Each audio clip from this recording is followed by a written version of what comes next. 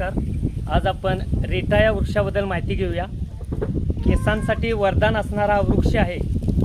रेट्याची powder, आवळा powder आणि शिकाकाई एकत्र करून लावल्यास केस मुलायम, चमकदार व बळकट होतात. केस गळती होत नाही. त्वचेचे विकार दूर करण्यासाठी याचा उपयोग केला जातो. वात, कफ आणि पित्तासाठी अतिशय गुणकारी हा वृक्ष आहे. सोन्या चांदीचे दागिने चकाकी आणण्यासाठी रिट्याचा उपयोग केला जातो.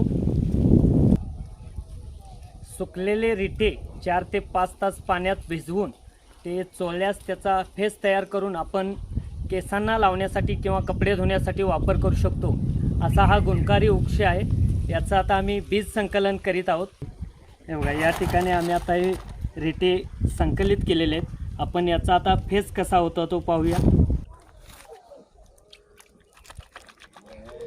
हे बघा, अशा पद्धतीने रिटे चोळल्यास याचा फेस तयार होतो. या रिट्यामधील बिया आहेत.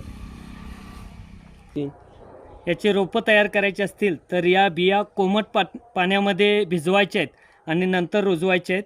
त्याच्यानंतर याची रोपं तयार होतात. अतिशय उपयुक्त असा वृक्ष आहे.